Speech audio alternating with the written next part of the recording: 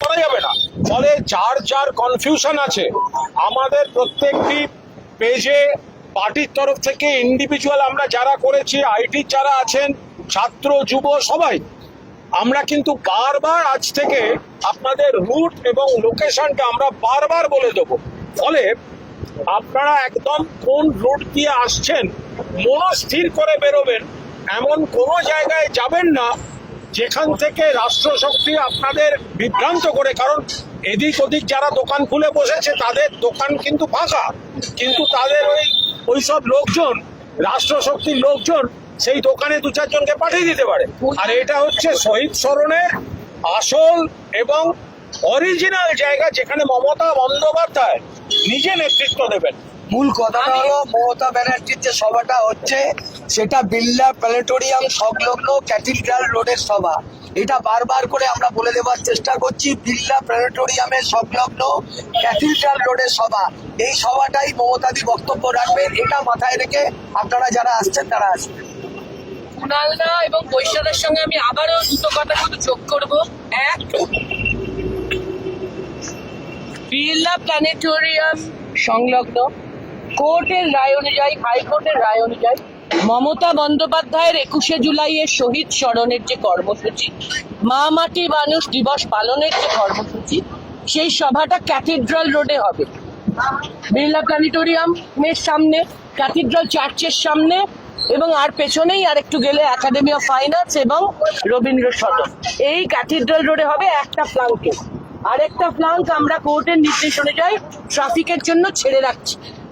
এবার মাথায় রাখবেন, আসল অরিজিনাল এসব আমরা বলতে চাই না।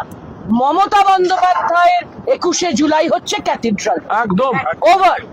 এক্ষেত্রে শুধু দুটো অনুরোধ করব, যদি কেউ লঞ্চ পেরোন তাহলে রাষ্ট্রশক্তির পাল্লায় পড়ে ওই গান্ধী মূর্তিতে জমা হয়ে যাবেন না। লঞ্চ পেরোলে অবশ্যই প্রিন্সেপ ঘাটের পাশ দিয়ে, বাবুঘাটের পাশ দিয়ে, গঙ্গার ধার দিয়ে হেস্টিংস হয়ে তারপর যেটা বলেছে সেভাবে আছে। মানুষকে কিন্তু কর্মী সমর্থক বা তৃণমূলের বৃহত্তর পরিবার তাদের বিভ্রান্ত করার চেষ্টা হচ্ছে। অনেকে এমন ভাবে বলছেন যেন ওইখানে গেলে শহীদ তর্পণ, ওটা শহীদ তর্পণ না, ওটা বিজেপি তর্পণের মঞ্চ। যারা অন্যদিকে এইসব করে বেড়াচ্ছেন, শহীদদের নাম করে বিজেপি তর্পণ করছেন ওখানে। তো আমরা পরিষ্কার কথা, মমতা বন্দ্যোপাধ্যায় ভাষণ দেবেন, শহীদ প্রণাম করবেন, সবচেয়ে বড় কথা আগামী দিন আমরা কোন পথে চলবো দিক নির্দেশ করবেন। আমি আবার বলছি, আমাদের সকলের যাদের গায়ে তৃণমূলের রক্ত আছে এবং সবচেয়ে বড় কথা মানুষের রক্ত আছে, বেইমানের রক্ত নেই, তারা যখন রওনা হবেন নির্দিষ্ট রুট নিশ্চিত হয়ে রওনা হবেন।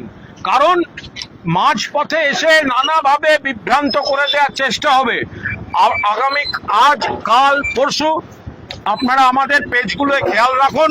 আমরা আইটি তাদেরকে অনুরোধ করছি যতটা বেশি সম্ভব রুট কারা কিভাবে আসবেন এবং কোন দিকে গেলে এই বিভ্রান্তির মধ্যে পড়বেন আর কোন দিকে গেলে পড়বেন না, এটা আপনাদের সামনে স্পষ্ট করে দেওয়া হবে।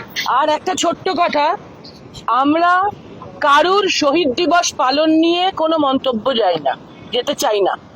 আমরা একটাই কথা বলতে চাই, 33 বছর ধরে মমতা ব্যানার্জি শপথ নিয়েছিলেন 93-এর 21শে জুলাই, শহীদ হয়েছিলেন 13 জন।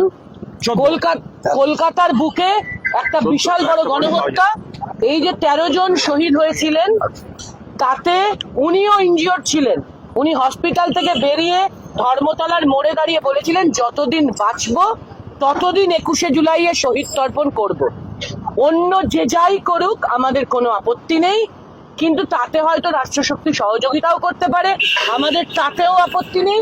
আমাদের দৃঢ় বিশ্বাস, মানুষ মমতা বন্দ্যোপাধ্যায়কে চেনেন, জানেন, এবং 33 বছর ধরে মানুষ মমতা বন্দ্যোপাধ্যায়ের 21শে জুলাই পালনে সামিল হচ্ছেন, সেখানেই তারা সামিল হবেন।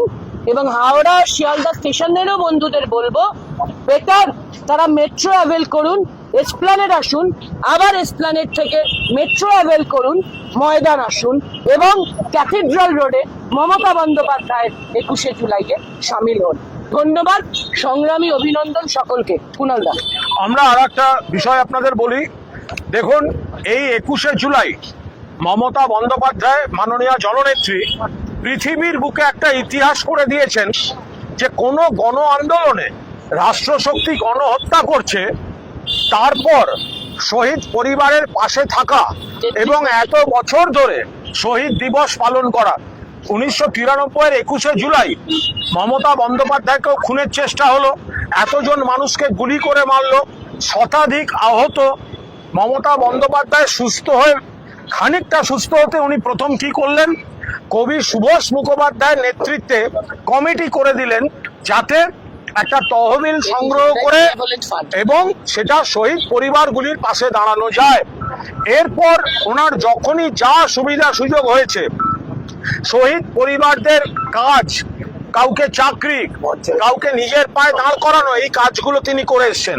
তারপর এত বছর ধরে প্রত্যেক বছর 21শে জুলাই তিনি সমানে প্রত্যেক বছর শহীদ তর্পণ করেছেন এবং এই 21শে জুলাই দিনটি শুধু বাংলায় নয়, সারা ভারতবর্ষের রাজনীতির ক্যালেন্ডারে একটা বিশেষ দিন হিসাবে মমতা বন্দ্যোপাধ্যায় চিহ্নিত করেছেন। ফলে এই 21শে জুলাই এটা মমতা বন্দ্যোপাধ্যায়ের আন্দোলনের যে স্রোত তার সঙ্গে কিন্তু সমার্থক। সেই 21শে জুলাই এবার ক্যাথিড্রাল রোডে মমতাদির নেতৃত্বে সর্বভারতীয় তৃণমূল কংগ্রেস পালন করবে, যেখান থেকে যারা আসবেন নেতৃত্বের সঙ্গে কথা বলে গাইডলাইন নিয়ে নেবেন এবং রুট সম্পর্কে একদম নিশ্চিত হয়ে নেবেন। দরকার হলে কোনো কনফিউশন থাকলে আবার যোগাযোগ করবেন এবং আইটি বা ছাত্র বা যুব যে পেজগুলি আপনাদের এইসব দেখাতে থাকবে, কমেন্ট করে কোনো কোয়েরি থাকলে দিন, তারা আবার উত্তর দিয়ে আপনার ক্লারিফিকেশনের চেষ্টা করবে।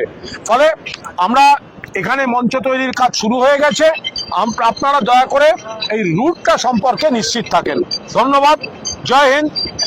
আরেকটা কথা আমি বলতে চাইছি যে রাষ্ট্রযন্ত্রকে ব্যবহার করে যে রাষ্ট্রীয় সন্ত্রাস করছে পার্টি, আমাদের হোর্ডিং ব্যানার ছেড়ে দেওয়ার চেষ্টা করছে, আমাদেরকে প্রতিবন্ধকতার চেষ্টা করছে, তার যোগ্য জবাব আগামী 21শে জুলাই ক্যাথিড্রাল রোডে মমতা ব্যানার্জির সভা থেকে আমরা দিতে চাই।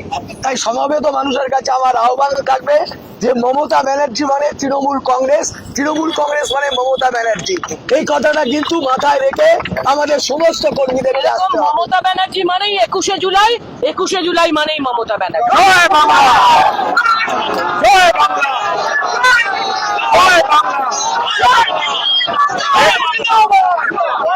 21শে জুলাই মমতা বন্দ্যোপাধ্যায় ডাকে শহীদ তর্পণে সাড়া দিয়ে ক্যাথিড্রাল রোডের সভায় যোগ দিন।